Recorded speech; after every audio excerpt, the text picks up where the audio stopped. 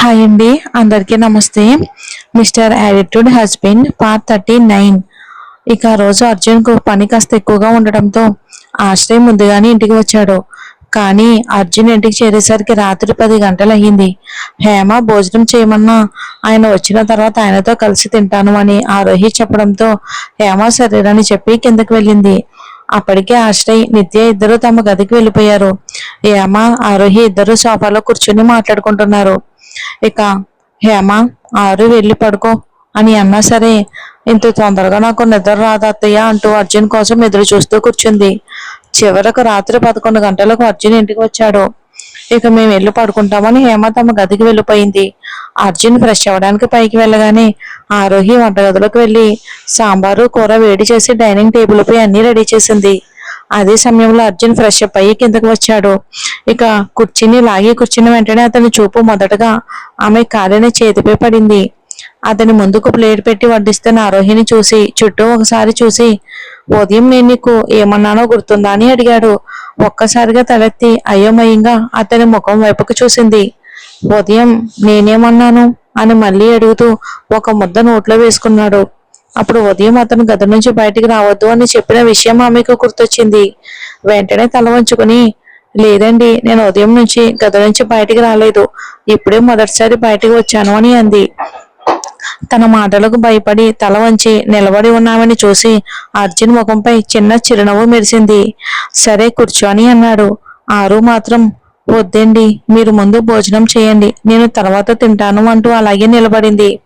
అర్జున్ చెయ్యి ఆమె చెయ్యి పట్టుకుని తన వైపుకు లాగి తన పక్కనే కూర్చోబెట్టి తన చేతితో ఆమెకు ముద్ద పెట్టాడు ప్రేమగా. ఒకవైపు తనపై ప్రేమ లేకుండానే తన తల్లి బలవంతం చేయటంతో తన మెడలో తాళి కట్టి తన ముఖం చూడడానికి ఇష్టపడిన మనిషి ఇప్పుడు తనకు చిన్న నొప్పి వచ్చినా తానే బాధపడుతున్నట్టుగా తల్లడిల్లుతూ ఇంత ప్రేమగా చూసుకోవడం చూసి ఆరోహి కళ్ళల్లో నీళ్లు తిరిగాయి. కళ్ళల్లో కన్నీళ్లు నిండగానే అతను పెట్టిన ముద్దను నిశ్శబ్దంగా నోట్లో వేసుకుంది. ఆమె కళ్ళల్లో నీళ్లు చూసిన అర్జున్ బహుశా కారం ఎక్కువై ఉందేమో అనుకుని వెంటనే గ్లాసులోని నీళ్లు ఆమెకు అందిస్తూ, చాలా కారం అయిందనుకుంటా, నీళ్ళు కావాలంటే నోరు తెరిచి అడగాలి కదా, ఇలా మౌనంగా కళ్ళల్లో నీళ్లు పెట్టుకుని కూర్చుంటే నాకు ఎలా తెలుస్తుంది అని మందలించాడు. అతని మాటలు విన్న ఆరోహి మొదటిసారి అతని ముందే చిరునవ్వు నవ్వింది. నాకు చాలు, ఇప్పుడు మీరు తినండి అంటూ లేవబోయింది. కానీ అర్జున్ ఆమె చేతిని పట్టుకుని మళ్ళీ తన వైపుకు లాగి కూర్చోబెట్టాడు. నువ్వు కోడి గింజలు ఏరుకున్నట్టుగా తింటావు, ఇలా తింటే గాలి వీచిన ఎగిరిపోతావు, ప్లేట్ ఖాళీ అయ్యే వరకు నిశ్శబ్దంగా కూర్చో అని చెప్పి ఆమెకు పూర్తిగా భోజనం తినిపించాడు. తర్వాత ఆరోహికి పూర్తిగా భోజనం పెట్టిన అర్జున్ అదే ప్లేట్లో తాను భోజనం చేయటం ప్రారంభించాడు. అతను ప్లేట్ తీసుకుని తినబోతూ ఉండగా, ఈ ప్లేట్ వద్దు, నేను మీకు ఇంకో ప్లేట్ తీసుకొస్తాను అంటూ లేవబోయిన ఆరోహిని అర్జున్ ఆపేశాడు. ఏమీ అవసరం లేదు. ఎందుకు? ఈ ప్లేట్లో తింటే నీకేమైనా ప్రాబ్లమా? ముందే నీ చేతికి కాలింది, ఎలాగే నీ ప్లేట్ని నేను కడగాలి, అనవసరంగా 2 ప్లేట్లు ఎందుకు అంటూ తన పనిలో తానే భోజనం చేస్తూ ఉండిపోయాడు. అతన్ని చూస్తూ ఇవాళను అసలు అర్థం చేసుకోలేకపోతున్నాను, నాపై ప్రేమతోనే ఒకే ప్లేట్లు తింటున్నారని అనుకుంది, కానీ అది నా పొరపాటే అని మనసులోనే బాధపడింది. ఆమె ముఖాన్ని చూసిన అర్జున్కు తన మాటలు ఆమె మనసును నొప్పించాయని అర్థమైంది. అయినా అతని అహం ఆ విషయాన్ని ఒప్పుకునేలా చేయలేదు. భోజనం ముగించుకుని లేచిన అర్జున్ని చూసి ప్లేట్ తీసుకోవడానికి వెళ్ళిన ఆరోహి చేతిలో నుంచి ప్లేట్ తీసుకుని వంటగదిలోకి వెళ్ళాడు. ప్రతిరోజు అందరం భోజనం చేసిన తర్వాత ఆరోహి ఎలా పాత్రలు కడిగి వంటగదిని శుభ్రం చేసేదో అచ్చం అలాగే అర్జున్ పాత్రలు కడగడం మొదలుపెట్టాడు. వెంటనే అతని వెనక్కి వచ్చిన ఆరోహి, ఇదేంటి, మీరు ఇవన్నీ ఎందుకు చేస్తున్నారండి, నేనే కడుగుతాను అంటూ అతన్ని పక్కకు జరపబోయింది. వెంటనే అర్జున్ ఆమె నడుమును పట్టుకుని కిచెన్ స్లాబ్ పై కూర్చోబెట్టి, ఇంకో మాట నీ నోటి నుంచి బయటకు వస్తే నేను ఎత్తుకుని టెర్రస్ పై వదిలేసి వస్తాను అని బెదిరించాడు. అతని మాటలకు భయపడిన ఆరోహి నోరు మూసుకుని అతను చేస్తున్న పని మాత్రమే చూస్తూ నిశ్శబ్దంగా ఉంది. తన ఒక్క మాటకే భయపడి కళ్ళను పెద్దవిగా తెరిచి మౌనంగా కూర్చున్న భార్యని చూసి ఆమెను ముద్దాడాలి అనిపించింది. కానీ ఇంకా చేయాల్సిన పనులు గుర్తొచ్చి బలవంతంగా తన కోరికను అదుపు చేసుకుని పాత్రలన్నీ కడిగి వంటగదిని క్లీన్ చేసి నిట్టూర్పు విడిచాడు. బొమ్మలా కూర్చున్న ఆమెను చూసి నవ్వుకుంటూ ఇక స్లాబ్ నుంచి దించి భుజంపై చేయి వేసి గదికి తీసుకెళ్లాడు. ఇక ఆశ్రయ్ తొందరగా నిద్రపోయిన తర్వాత నీళ్లు తీసుకెళ్లడానికి కిందకి రావాలనుకున్న నిత్యకు అర్జున్ గొంతు వినిపించడంతో అతను భోజనం చేసి వెళ్ళిన తర్వాత తీసుకెళ్తాను అనుకుని అక్కడే నిలబడి చూసింది. అర్జున్ ఆరోహిని తన ఒడిలో కూర్చోబెట్టి భోజనం తినిపించడం చూసి ఆమె షాక్ అయ్యింది. ఆరోహి నీడ కూడా పడనివ్వని అర్జున్, ఇది బలవంతపు పెళ్లి, అలాంటప్పుడు వీళ్ళిద్దరూ అలా ఎలా దగ్గరయ్యారు అని ఇప్పటికీ అనుకున్న నిత్యకు వారిద్దరూ ఇంత చనువుగా ఉండటం అసలు తట్టుకోలేకపోయింది. నేను ఎంతసేపు చూసిందంతా కల అయి ఉండాలి. అవును, ఇదంతా కలే. ఆ మొరటోడు నిజంగానే ఇంత రొమాంటిక్ గా ఎలా ఉంటాడు అని తన తలపై తానే కొట్టుకుంది. లేదు లేదు, నేను చూసిందంతా నా భ్రమ అయి ఉంటుంది అని అనుకుంటూ కిందకు వచ్చి నీళ్లు తీసుకుని మళ్ళీ పైకి వెళ్ళింది. గదిలోకి వచ్చిన ఆరోహి బట్టలు తీసుకుని వాష్రూమ్ కి వెళ్ళగా అర్జున్ సిగరెట్ తాగడానికి బాల్కనీకి వెళ్ళాడు. ఇక డ్రెస్ మార్చుకుని బయటకు వచ్చిన ఆరోహి అర్జున్ కోసం చుట్టూ చూసింది. అతను ఇంకా బాల్కనీలోనే ఉన్నాడని తెలుసుకుని నిశ్శబ్దంగా వచ్చి మంచంపై పడుకుంది. ఆమె పడుకున్న 5 నిమిషాల తర్వాత లోపలికి వచ్చిన అర్జున్ ఆమె నిద్రపోయినట్టు చూసి తను ఫ్రెష్ అయ్యి వచ్చి లైట్లు ఆర్పేసి మంచంపై పడుకున్నాడు. ఆమెకి ఇంకా నిద్ర రాలేదని గ్రహించి ఆమె చుట్టూ చేయి వేసి తన వైపుకు లాక్కున్నాడు. అతని ఆ ప్రవర్తనతో ఆరోహి ముఖంపై ముసిముసి నవ్వు విరిసింది. నెమ్మదిగా అతని వైపుకు తిరిగి అతని భుజంపై తలవాల్చి తన చుట్టూ చేతిని వేసి హత్తుకుంది. ఆమె అలా హత్తుకుని పడుకోవడంతో అర్జున్ ముఖంపై చిరునవ్వు మెరిసింది. ఆమె నుదుటిపై ముద్దు పెట్టి ఆమె చెయ్యిని పట్టుకుని ఉదయం కాలిన చేతిని చూస్తూ, ఈ గాయం నిజంగా నువ్వే పొరపాటున కాల్చుకున్నది కాదని నాకు తెలుసు అని అన్నాడు. వెంటనే ఆరు కూడా ప్రశాంతంగా, మీకు తెలుసని నాకు కూడా తెలుసు అని అంది. తెలిసిన ఉదయం నుంచి ఒక మాట కూడా మాట్లాడలేదు ఎందుకు అని ఆమె నుదుటిపై పడిన జుట్టును చెవి వెనక్కి జరిపాడు. ఆరోహి మెల్లగా, చెప్పడం వల్ల ఎలాంటి ప్రయోజనం ఉండదనిపించింది, అందుకే ఏమీ చెప్పలేదు అంది.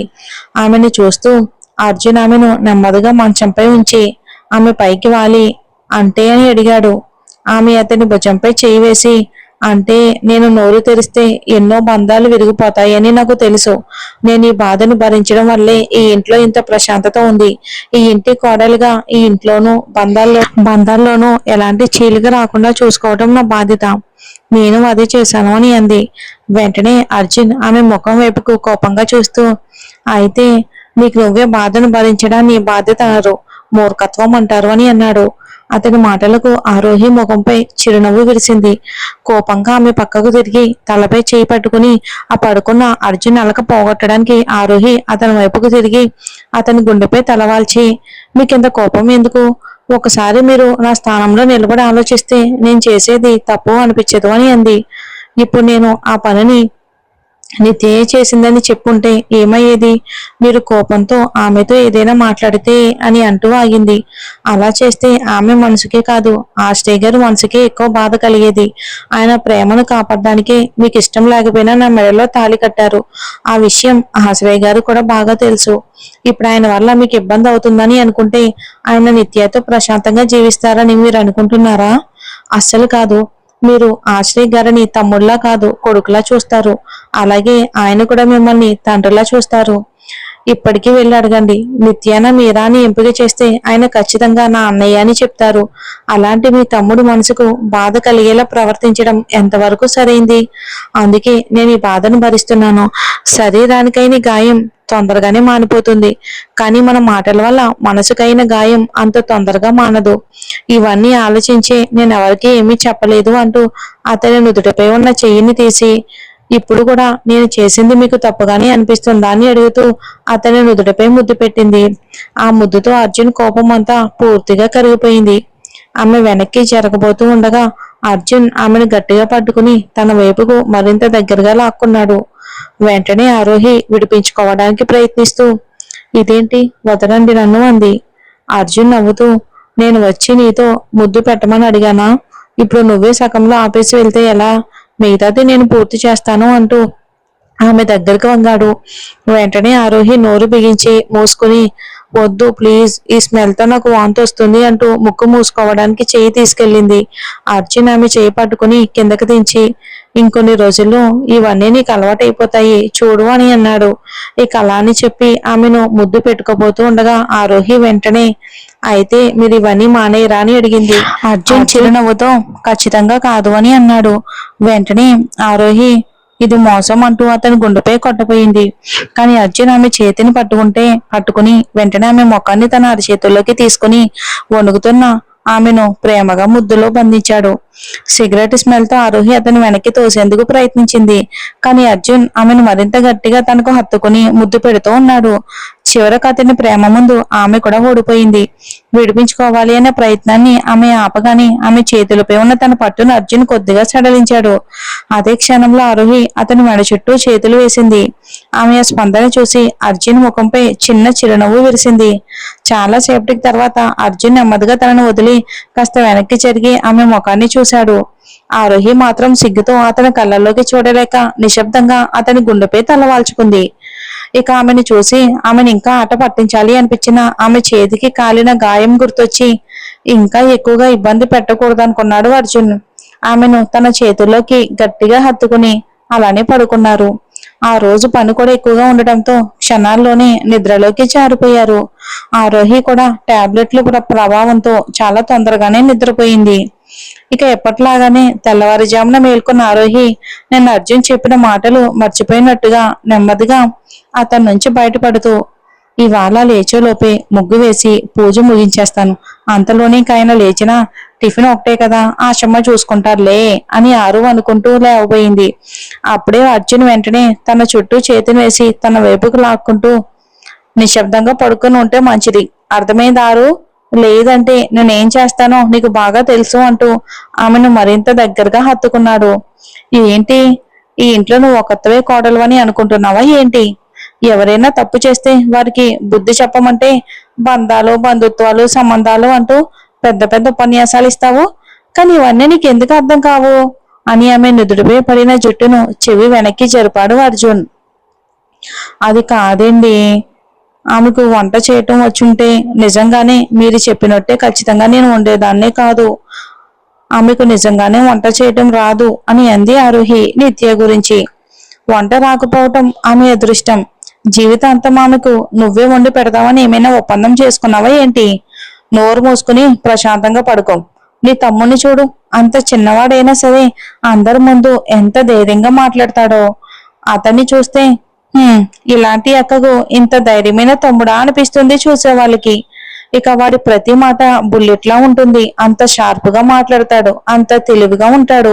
పిల్లలు అలానే ఉండాలి. నీలాగుంటే అందరూ తల పైకెక్కే కూర్చుంటారు. నిన్న నీ చేతిని కాల్చిన ఆ నిత్యం ముఖం కాల్చేయడానికి నీ తమ్ముడు బయలుదేరాడు. ఇక అదృష్టం బాగుండి అమ్మ అతనికి బాగా మరిగిన నీళ్లు కాకుండా గోరువెచ్చని నీళ్ళిచ్చింది. లేదంటేనా ఆమె ముఖం అని అర్జున్ చెప్పబోతూ ఉండగా ఆరోహి ఒక్కసారిగా అతన్ని ఆపేసింది. వెంటనే లేచి కూర్చుని ఆందోళనగా, మీరేమంటున్నారు? ఆయు నిజంగానే అలా చేశాడా? చాలా గారభంగా పెంచేశారు అతన్ని. ఇంటికి వెళ్ళాక నాన్నగారికి చెప్పి అతనికి బాగా బుద్ధి చెప్తాను అంటూ లేవబోయింది ఆరు. అర్జున్ వెంటనే ఆమె ఆపేసి, ఏయ్ ఎక్కడికి వెళ్తున్నావు? నేను చేయాల్సిన పని వాడే చేశాడు అని అన్నాడు. వాడు ఇంకా చిన్నపిల్లాడు. విషయం తెలిసి మీరు కూడా అతనికి మద్దతు ఇవ్వటం మీకు సరైనదిగా అనిపిస్తుందా? మీరు అతనికి బావగారు. అతని తప్పు చేసినప్పుడు ఒకటి బుద్ధి చెప్పాలి. కానీ ఇప్పుడు చూస్తూ ఉంటే నేను చేయాల్సిన పని వాడే చేశాడు అంటున్నారు. ఏంటండి ఇదంతా? అసలు ఇంత చిన్న వయసులోనే ఇలా ద్వేషం పెంచుకోవడం సరైనదిగా అనిపిస్తుందా మీకు? ఆమెను తన కౌగిలి నుంచి విడిచిన అర్జున్ మంచం మీద నుంచి లేచి కూర్చున్నాడు. అతను ఎవరిని ద్వేషించడం లేదారు. తప్పు చేసిన వారికి శిక్ష ఇచ్చాడు. దాన్ని నేను తప్పు అనను. ఇలా వాదించి నా సహనాన్ని పరీక్షించుకో అని చెప్పి బాల్కనీ వైపుకు నడిచాడు.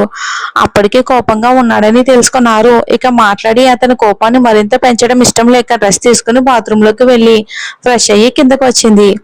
ఆరోహి కిందకు వచ్చేసరికి హేమ ముగ్గు వేసి పూజ ముగించేశారు. ఆశమ్మ టిఫిన్ రెడీ చేస్తున్నారు.